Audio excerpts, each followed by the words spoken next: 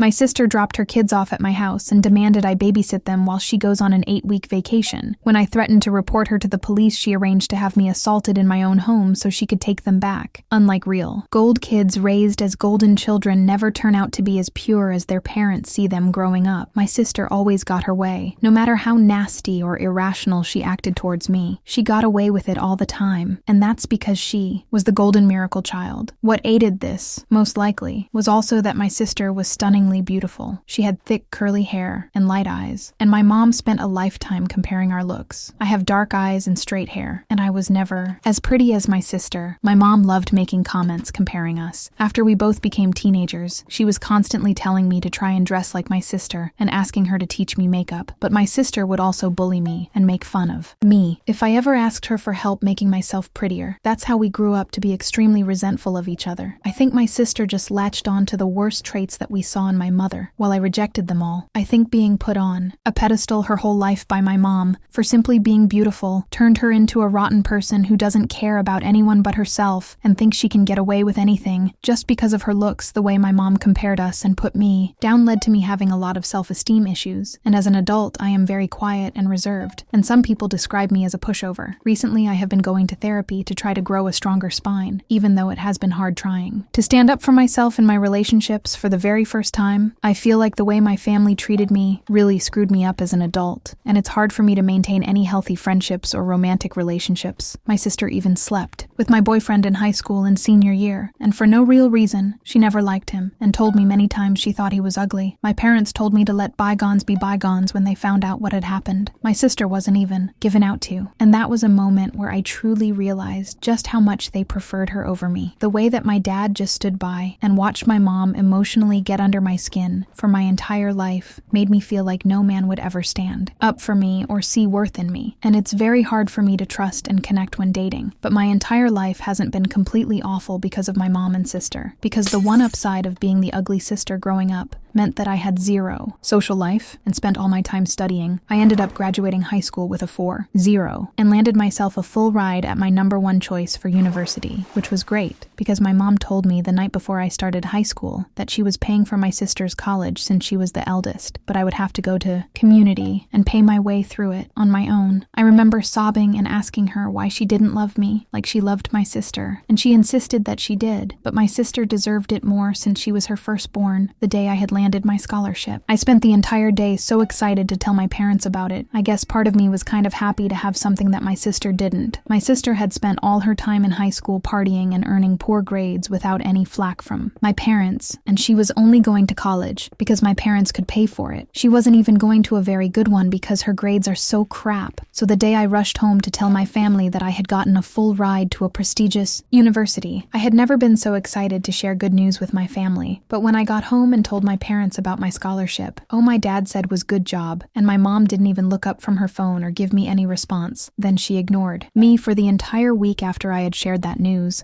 I tried to ask her why she was mad at me for getting a scholarship for college, but she literally just avoided making eye contact with me and walked into the other room.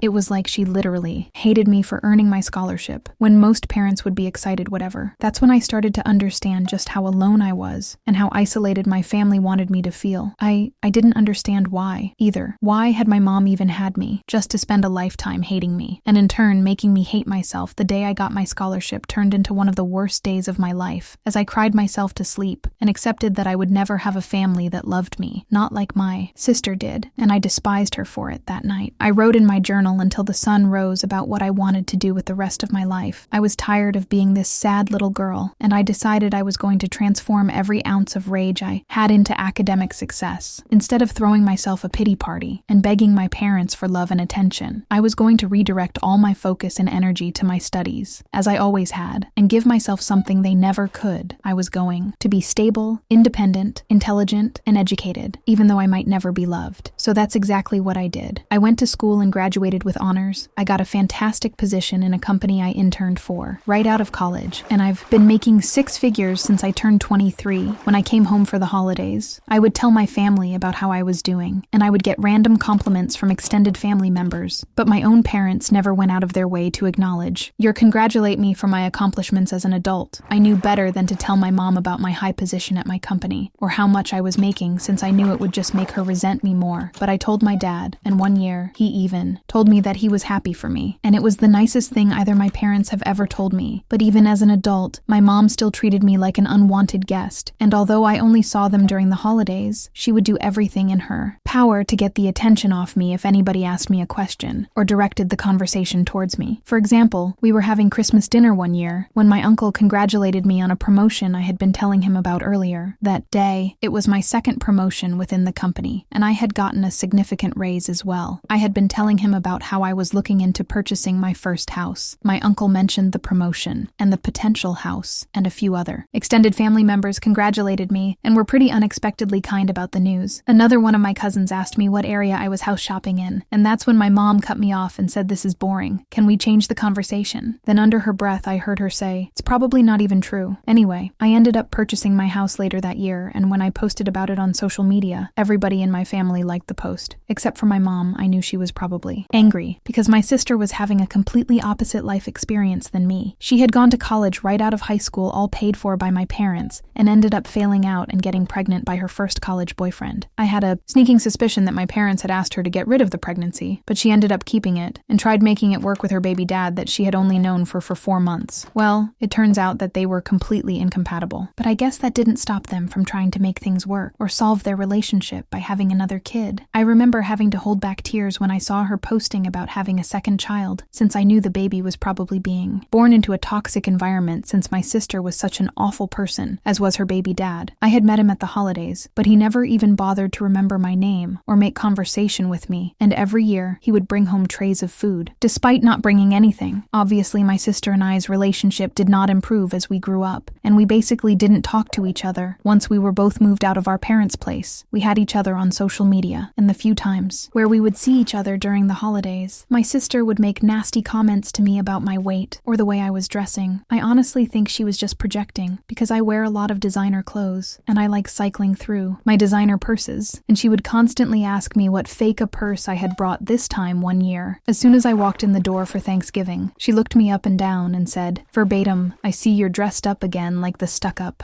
Bet you are." It was so ridiculously rude and uncalled for, and she would even constantly insult me right in front of her kids, using curses and everything, despite her kids being young. I don't feel bad saying that my sister is pure trash, and that I didn't feel bad for anything I did after she dumped her kids on my doorstep out of nowhere one day. I had just been relaxing in my house one weekend morning after a long work week when my doorbell rang, and I was completely shocked to see my sister's 10 and 7-year-olds standing on my front porch holding overnight bags when I asked them what they were doing here. They said their mom was going on vacation for 8 weeks, and that she said I was watching them. My sister and I hadn't spoken since our family's July 4th BBQ, where she told me not to have more than one plate because she was sick of staring at my muffin top. I had no idea why she thought I would be her free babysitter for 2 months. My nephews were good quiet, kids who were obviously confused as well, so I let them inside while I started calling my sister. My sister ignored my first 10 calls, but I kept at it until she finally answered. As soon as she picked up, I said that there was no way that I was watching her kids, and that if she wasn't here to pick them up herself as soon as possible, then I will be calling CPS on her. I was literally Googling the number for Child Protective Services while I had her on speaker when she dropped a bombshell on me. Her voice got incredibly deep and scary as she blackmailed me by saying that she would call my job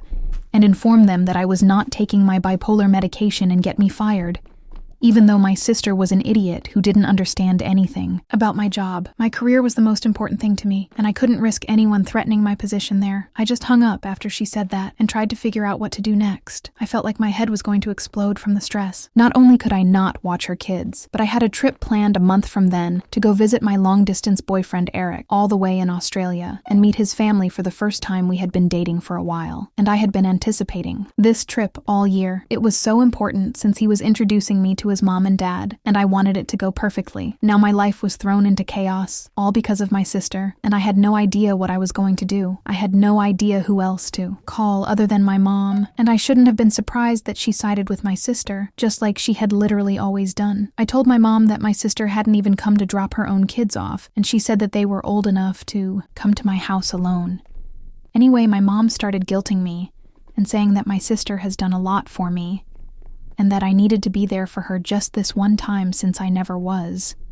That made me lose my mind, and I screamed at her at the top of my lungs and asked her to tell me one single time where my sister has been there for me or improve my life in any way. I told my mom that both her and my sister had never been there for me and had treated me like I was some unwashed dog in their house instead of their own family. I demanded my mom visit me, so that worst case scenario I could leave my mom in my house while I flew to Australia as my nephew's caretakers. Instead of me, I had very little hopes that my sister would abandon her trip to come back for her kids, since she was so quick to dump them on me. When my mom finally got to my place, she was cold as ever and looked at me with the same hateful eyes that she always had for me. We sat down in my living room, and my mom explained to me that I was being an awful sibling to my sister as always, and lectured me about family being there in each other's times of needs. I ignored all my mom's appreciate crap and demanded to know exactly what kind of vacation my sister was on that was so important that she would forget her kids and leave them with someone who essentially hated her, despite being her own sister. I told my mom that everything about this was weird and suspicious, and my sister disappearing for 8 weeks, out of nowhere and leaving 2 young kids behind, made no sense. And then I wanted the truth. If I was going to be involved without consent like this, that's when my mom's face changed, and eventually she admitted to me that my sister wasn't just going on some vacation. She was actually being flown out by her sugar daddy. I literally laughed when she said this because I thought she was joking, but her face was dead serious. I was so emotionally exhausted at that point, and I freaked out on my mom asking her how she could be okay with this. In any way, I told her that she had raised a complete loser of a daughter who left the country to go see a sugar daddy, instead of just getting a job to support her kids. My mom, of course, threw all my words back in my face and defended my sister as she always had. And at one point she even said that it didn't matter how much money I had or how nice my house was, that I would always just be the ugly duckling compared to my sister born ugly. And I was going to die ugly after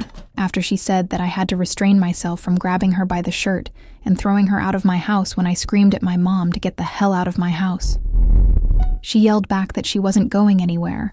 And when I tried directing her out of the room, she pushed me with all her strength into a coffee table that had one of my favorite vases on it. My boyfriend had gifted it to me the last time he had visited us, and it was one of my favorite possessions. But after my mom pushed me into the coffee table, it fell on the floor and broke into a bunch of little pieces. Looking at the vase destroyed on the floor made me feel just as broken, and I think I had a full-on mental breakdown and started screaming and crying at my mom to get out of my house where I was calling the police on her. I feel so bad, because my nephews could definitely hear me from the other room, but I was a mess at that point. It had been such a long, painful day after I finally managed to get my mom out of the house. My nephew poked their head out of the room and asked me if everything was all right. Their eyes were so wide and they looked so nervous and sad that it just broke my heart, even though I didn't know them very well at all. They were just kids with a mess of a mother, and I felt so bad for them in that moment. I ordered DoorDash for all of us and let them watch movies and play video games in my living room until they passed out late when I finally got through to her. I immediately started yelling at her for completely disrupting my life, and I brought up CPS again. My sister just gave me this sinister laugh over the phone and told me again that it was my own choice, that I could either watch her kids or lose my job. At one point, she hissed that she knew I was nothing without my job and that I would go back to being a loser without it. This stung me right in the heart because it was the honest truth. I had my degree and a solid resume, but I really identified with my career success, and I would do anything not to lose it. At that point, I was crying and asking my sister why she hated me so much and why she had abandoned her little kids for a sugar daddy. She just said that she was the type of woman who could make millions from a sugar daddy in 2 months, and that was something I never had to worry about. I think she was just trying to break me down and make me feel small at that point. So I just gave up, and honestly, it was working. We went back and forth for a while until my sister literally hung up on me after a final threat of contacting my job, and I just broke down in tears again, realizing that I had no power against her. My nephews were downstairs watching a movie in the living room, and so I had privacy upstairs and decided to call my boyfriend. I hadn't had a chance to talk to him since my nephews had been left on my doorstep, and I ended up breaking down down and venting to him about all the details of the situation. I couldn't hold back tears as I told him about my sister's threats and my mom's continued disrespect, and told him how I felt completely trapped by my sister,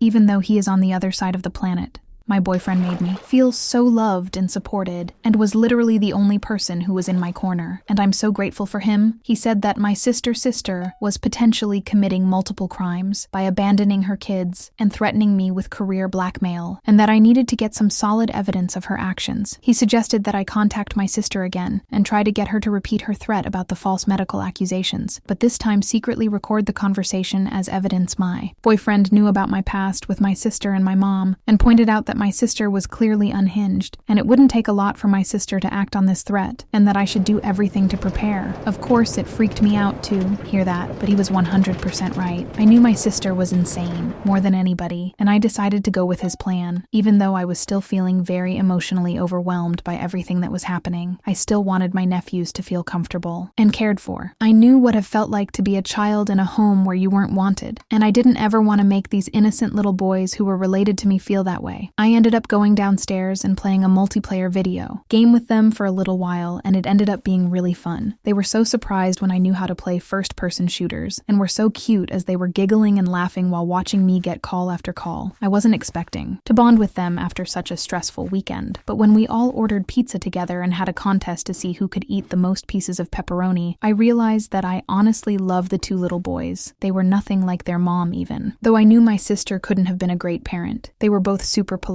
And even though it took a little while for them to come out of their shells, they were both really sweet, funny little boys. They were very good about cleaning up after themselves, and were always saying please and thank you. As I was hanging out with my nephews into the afternoon, I realized that they both had holes in their socks, and my older nephew's clothes looked sort of small on him. I looked through the rest of the clothes my sister had packed for them, and realized that they were all either old or too small for the boys they were meant for again. I wasn't incredibly surprised that my sister was a cheap, neglectful parent, and I decided to take my nephews to the mall for some new wardrobes. I almost cried multiple times during that trip to the mall because my nephews completely came out of their shells and were so excited and happy running around the mall. Like I said, I remember what it felt like to be a neglected child, and I just wanted them to feel like they could have anything they wanted, and that I was there for them and wanted to make them happy. So anytime we walked past a window and they wanted to go in a store, we would go in, and I kept buying them whatever they wanted. It was impossible not to. My youngest nephew was missing his two front teeth, and every time he gave me his goofy little empty smile, my heart ached, and I had to buy him another little treat or toy. They left them all that day with new clothes that looked great on them and fit them comfortably, and I had also bought them both Nintendo Switches. It was so hard not to spoil them. I didn't have kids in my own, and I had plenty of money to buy them. The little things they wanted when I had bought them, the Switches. Both of them broke down, crying, and hugged me, and I noticed the 10-year-old had started crying again during our ride home, and I asked him if he was okay. He looked at me through his tears in his eyes, and asked me why I was being so nice to them, and why they deserved it. I told him that they deserved my kindness because they were my boys too, and that they were kids, and that alone meant they deserved to be happy. This only seemed to make him cry harder, and he told me that he was feeling angry at his mom for keeping us apart. This broke my heart, and I told him that I was sorry that we hadn't been able to get to know each other before, but I was really happy that he and his brother were here with me now, even if I hadn't expected it. I asked him some questions about how his home life was, and it was exactly as I expected. My older and younger nephew both slowly started to open up to me about how much their mom poorly treated them. At times, my heart felt like he shattered into a million pieces. As I heard this, I knew that my sister and her baby dad were horrible people who were probably doing it, but it was another thing to hear it straight from their mouths and hear the pain in their voices when we got home. I cooked a big dinner for all of us, and they PL on their Switches together for the rest of the night. I left them alone in the living room to go call my sister again, in my room ready to play out the plan my boyfriend had given me this time. I tried my best to stay calm and collected on the phone, even though I wanted to call my sister every name in the book, and it wasn't difficult to steer the conversation towards the medical accusation. As soon as I brought up CPS again, my sister freaked out and threw the threat at my face, insisting I would be fired for being a crazy in secret, and saying that she didn't care if I was actually taking my medication or not. Nobody was going to know if she was lying. She just kept telling me that nobody would believe a crazy sick like me, and that I didn't deserve my job anyway.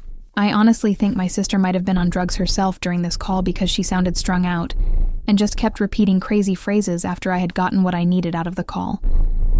I hung up on my Sister, as she just kept saying that I didn't deserve anything in this life. I didn't deserve anything over and over again. Whatever. I pushed her words out of my mind as I made sure that I had recorded the entire call successfully. I had my sister recorded on audio saying that she was going to make false medical accusations to my employer. I realized how genius my boyfriend had been to suggest getting this recording, and I started emotionally preparing myself for the fallout if my sister followed through with her threat after getting the recording. I tried my best to calm down and put my nephews to bed the next morning before they woke up. I called CPS as soon as the line opened and reported the entire situation. I explained how my sister had abandoned her children and how we were completely estranged. I even want us to say that she had not only abandoned them, but left them here under completely false pretenses, and then used manipulation and coercion to force me to take care of them. I was surprised that CPS was actually pretty helpful, and I shared the recording with them. The agent that I spoke took a moment to listen to the recording and said that it was clear that my sister was using blackmail to neglect her children and was certainly committing a litany of crimes. The agent informed me that they would be opening an investigation immediately and that my sister would be contacted as soon as possible. I was shaking after the call and tried to decompress the best that I could and spend the rest of the day with my nephews, relaxing and bonding with them. My mom ended up calling me the next day, and I really have no idea why I even picked up. I think I was just still so disoriented and emotionally vulnerable, and ended up getting into another huge fight with her over the phone. I let it slip to her that I had gone and called CPS, and then my sister would finally pay for the way she treated me, and my mom hung up as soon as I said that I'll be honest, I was shaking after those calls. Just making the call to CPS was so nerve-wracking, and then fighting with my mom over the phone and telling her about CPS felt like a huge mistake. I didn't regret calling CPS, but I knew that my mom would do anything to protect my sister, and that she didn't care about my nephew's safety, just the same as my sister. All I really knew about my mom was that she hated me, and that she loved my sister, and I was sure what would happen next. There was absolutely no way that my mom wasn't going to immediately contact my sister. After finding out that I had contacted CPS and try to put her 2 steps ahead of me, I was sure that she had hung up the phone on me to call my sister immediately, and there was no way that my sister wouldn't know about me calling CPS. By the next day, I had a sleepless night, and the next morning when I arrived at work, my receptionist informed me that my supervisor had scheduled a meeting with me before lunch, which meant that it was urgent. As nervous as I was to learn about this impromptu meeting, I knew that it was coming, and like I said, I knew my sister was crazy, and it was clear that all she wanted to do was ruin my life. I sat down in the meeting and cracked my knuckles to try to relieve the tension I was feeling. My 2 supervisors were there, and so was a higher-up I had never met before. All of them were looking at me with suspicion in their eyes, and I felt like a bug under a microscope. Sure enough, they explained to me that they had been contacted by a trusted source within my family and had been informed that I was potentially unmedicated for a severe mental illness. They even told me that they had been given extreme details about past mental breaks that I have had, and they were concerned about me having a psychotic break within the office, but neither they are.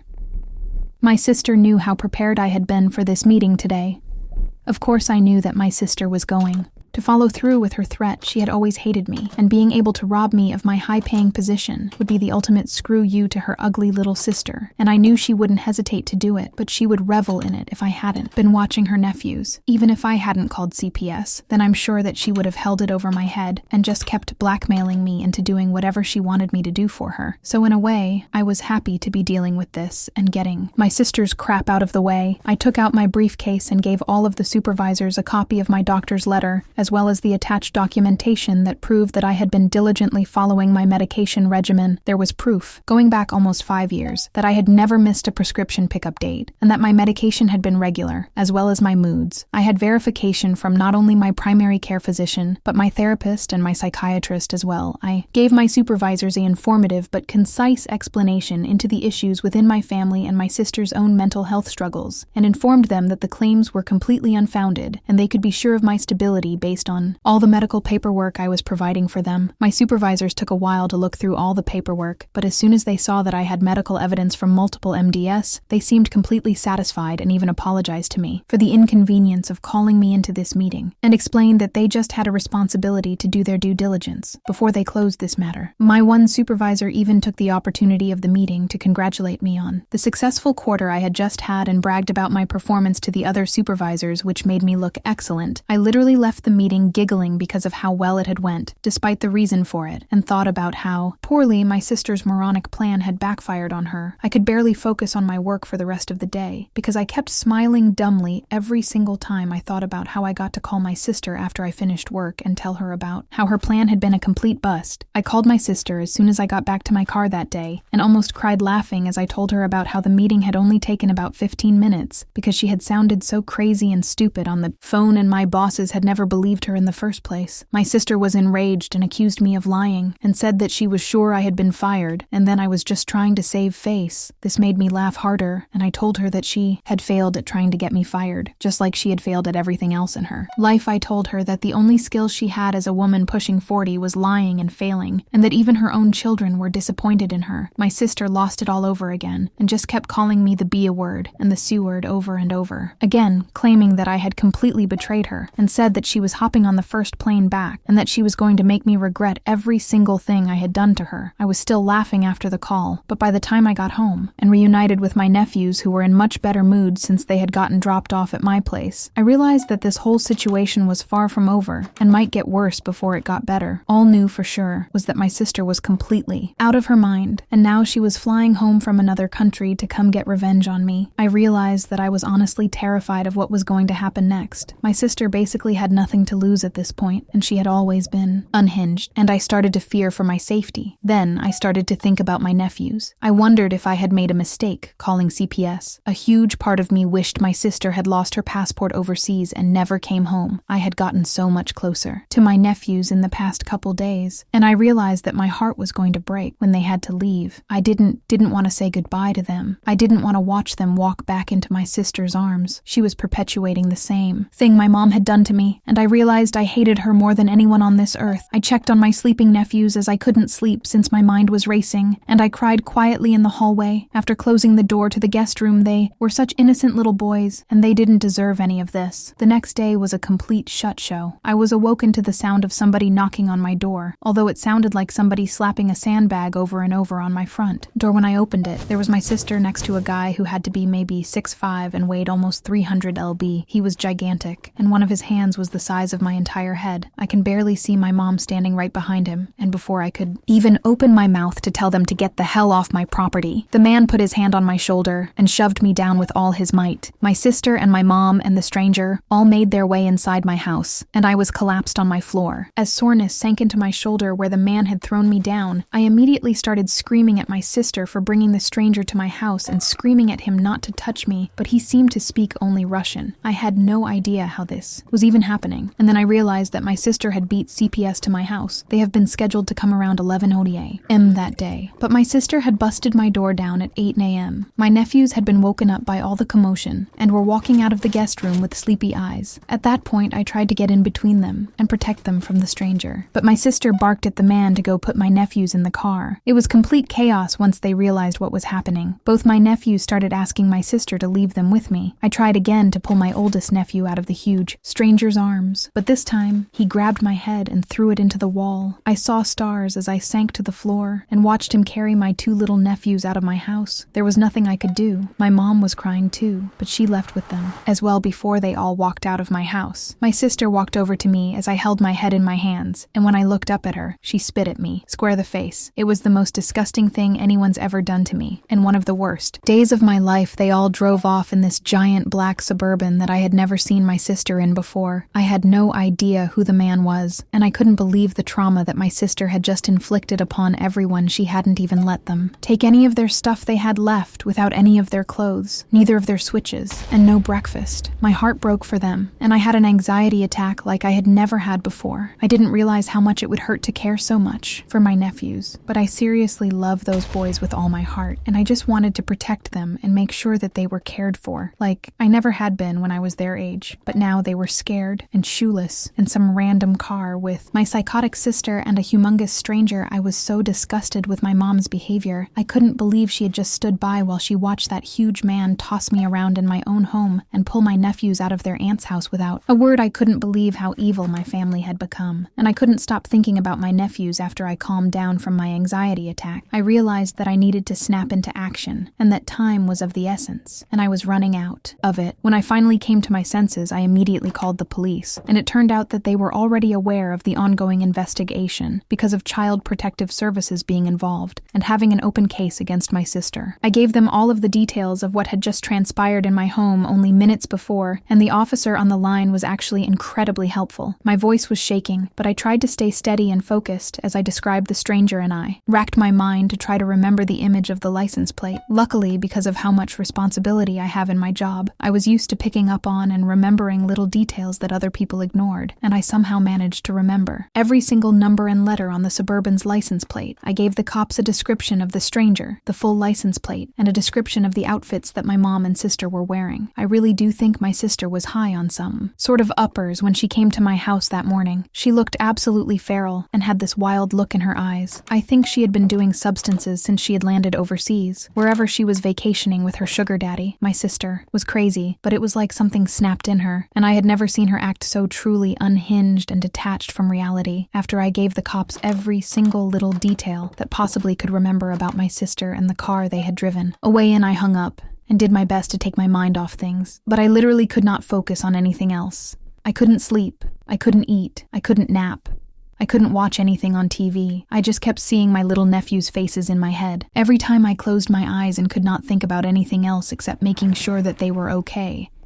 I thought more about my mom and why she had always made excuse after excuse for my sister, and how it had enabled my sister to grow up into becoming a truly evil person. I even found myself thinking about my sister's trip, wondering what kind of stuff she had done there, if she really had a sugar daddy, and how much he had paid her. I wondered if the money she had made on her trip had truly been worth it. I even found myself thinking about what it would be like if it was just me and my nephews. I had the room for them, and now I definitely had the room for them in my heart as well. The more I thought about it, the more I wanted that outcome, my sister out of the picture, and just me and my nephews. I could give them everything that my sister couldn't, and if my sister and I ended up in front of a judge in a custody battle over my nephews, the judge would be staring at one woman with an overseas sugar daddy and another with multiple degrees and a penthouse office. I tried to think positive things, but random dark anxieties about my nephew's safety kept leaking into my mind. I wondered if the giant man she had brought in my house was her sugar daddy. I wondered if he was with my nephews. I had just been laying on my couch staring at the ceiling, overthinking, not realizing how much time had passed when I finally got a call back from the police station. They had been searching for the Suburban my sister had left in for hours, and finally found them. The officer who had called me back was the same one from earlier, and continued to be very helpful and shared a lot of details with me. He told me that they had 3 different police cars on the scene when they went to pull over the black SUV, since they knew the man had already been violent that morning. Sure enough, even with firearms drawn on him, the man ran forward and trying to attack an officer, and ended up getting hit in the thigh. He had punched 2 officers in the head and given a female officer a black eye. My sister had also physically attacked the officer who had tried to put handcuffs on her. Initially, I tried to picture it, my insane sister and the giant stranger physically battling a group of cops on the shoulder of the highway. I could not believe that something like this was actually happening in my family, and I wasn't just watching it on reality TV or something. I was still reeling in shock from everything the officer had shared with me about my sister's arrest. When he began telling me that my sister actually wanted to speak to me, I couldn't believe my ears, and he confirmed that my sister was sure that she wanted to use her one call on me. I asked the officer if he thought she was going to ask me for bail money, and he was honest and said yes, that's what she was screaming about. I told the officer that I wasn't even going to take her call and that she could rot in there for all I cared. The officer ended up giving me an understanding laugh, and I finally finished up the call without speaking to my sister. It was a complete mess, even though my sister was finally behind bars where she belonged. I found out my nephews were in CPS protection, and although they were safe, I was so worried. I also only had a week until my Australia trip, and if I didn't go, I would be losing thousands and thousands of dollars in bookings. Also, as I had mentioned earlier, if I cancel this trip, it would have looked extremely disrespectful to my boyfriend's family before I even got a chance to meet them. I had planned on marrying my boyfriend one day, and the last thing I wanted to do was give his family a bad first impression of me if I was going to be in their life forever. I called CPS to check on my nephews, and just asked if I could speak with them, but they didn't let me. I tried to explain to them that I was family, and some of the only mentally stable family they had, but they didn't care. I was dealing with a different department than I had contacted before, and they were relentless. At that point, I was completely emotionally exhausted, and I had officially ran.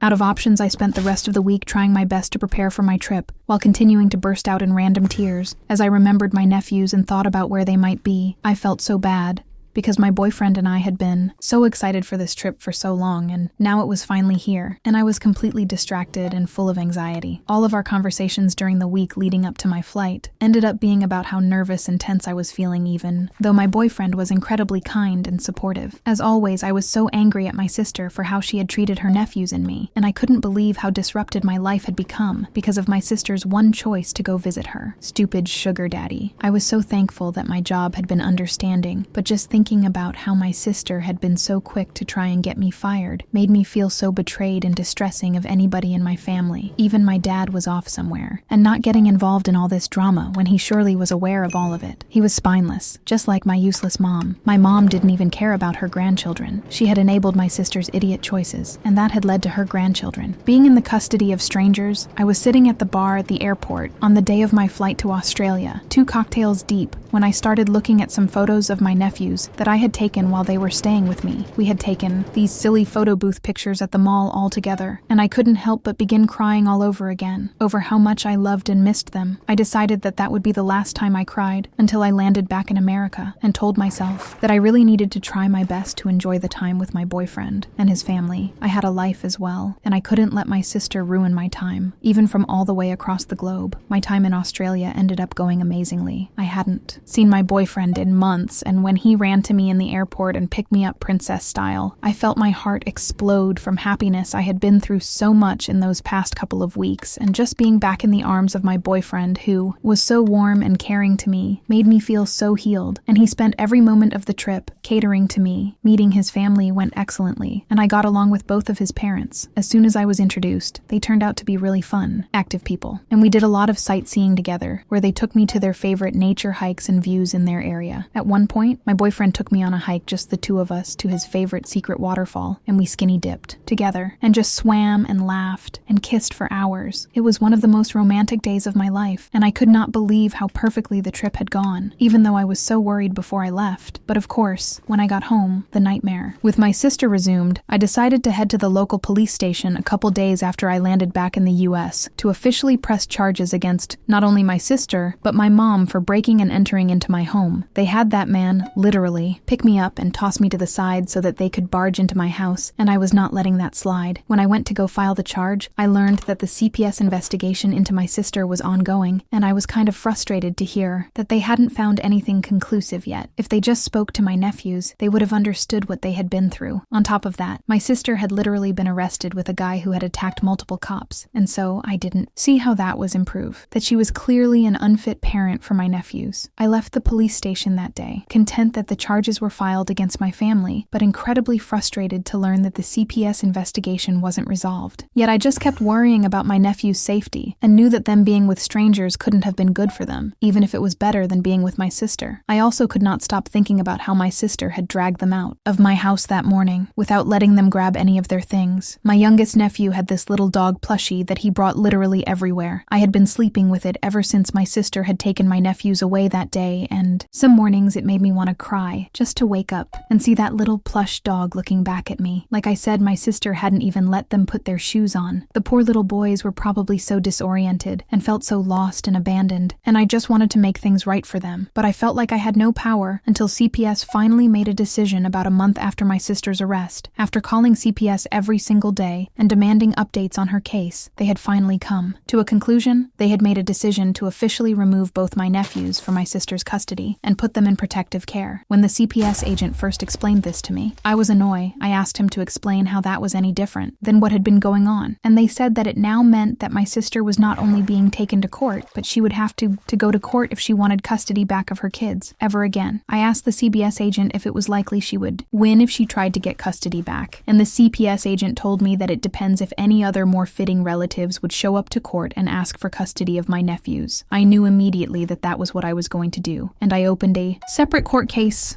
in an effort to try to win custody of my nephews. I didn't care how long it took. I didn't care how expensive the legal fees would be, and I opted to get the best lawyer that I could afford to work on my custody case since I knew it was one of the most difficult legal battles you could enter into. But before the custody case even started, the case I had against my sister for the breaking and entering into my home was the first one to begin. I know some people might judge me for taking my own sister to court, but I literally would have fist fought her in a Wendy's parking lot at that point. But I figured I should follow the law. If I ever wanted custody of my nephews at the end of the day, that was my only goal. In all of this, I just wanted my sister out of the way and my nephews back at home with me on the first day of our trial. I saw my sister in court, and it was the first time we had seen each other since the day she had broken into my house and let the man attack me. The very last interaction her and I had had was me looking up at her and her spinning a huge glob of spit directly into my face. So it was fair to say that neither of us were excited to see the other. Well, the trial began, and eventually the judge mentioned that I had opened a custody case against her for full custody of my nephews. I guess my sister's public defender hadn't informed her before then, and she was finding out for the first time in the courtroom that day. Well, my sister has never been one to react well to bad news, and after the judge let the news slip about my custody charges against her, my sister completely snapped. Despite us being in the middle of a courtroom, my sister slowly angled her body towards me, screamed my name, and then pounced on me like some sort of crazed hyena. She was clawing and scratching on my face and trying to rip out chunks of my hair. It didn't take long for the bailiff to come over and pull her off of me, but she managed to bite down extremely hard on my forearm right before he got to her. It was one of the worst pains I had ever felt in my life, and the bite looked nasty and ended up getting infected. All this happened right in front of the judge, and once everything had calmed down, I knew my sister had just sealed her entire fate. It took months and months, almost 2 years actually, for all of the criminal charges against my sister to pass, and for her to finally get locked up for good. She was serving a life sentence thanks to all of her crimes stacked up on top of each other, and there was no way she was seeing the light of day anytime soon. Since her chances for appeal were so poor, I never dropped the breaking and entering charges against my mom, and the only way my mom managed to stay out of prison was by testifying against my sister in court and throwing her under the bus. I don't think I've ever felt such sweet satisfaction as watching my mom blame my sister for everything that had happened while sobbing. Her usual crocodile tears. I could not believe that my mom was finally betraying her perfect golden child, even though it had taken a lifetime as well as the government's help. I knew that day, looking up at my mom on the stand, that it was the last time I was ever going to see her. It was last time I ever wanted to see her. I had seen enough of her and my sister for a lifetime, and I was done with their constant toxicity. My sister had completely transformed my life into a never-ending legal battle, and I just wanted to have a normal day-to-day life again. The custody battle for my nephews dragged on their birth father, and his family began fighting me in court for full custody against them, and it just dragged the case out further. He didn't care. There wasn't a force on earth that could keep me from my nephews. Now that my sister was locked up, it took almost 2 years of legal battles, but eventually I won full custody over my boys and brought my nephews back home. I will never forget how big they smiled and how tight they hugged me when they came home and found the bedrooms I had decorated for them in my house. I walked into my youngest nephew's bedroom, and he ran to me to show me his rediscovered Switch. I surprised him with his little plush doggy and caught him in a tight hug when he fell into my arms. The next thing I knew, my eldest nephew joined us, and both boys cried into my hair and told me how much they missed me. My eldest boy looked up at me, smiled, with his big eyes full of tears, and just said, "I knew it, Auntie. I just knew you would come back for us one day."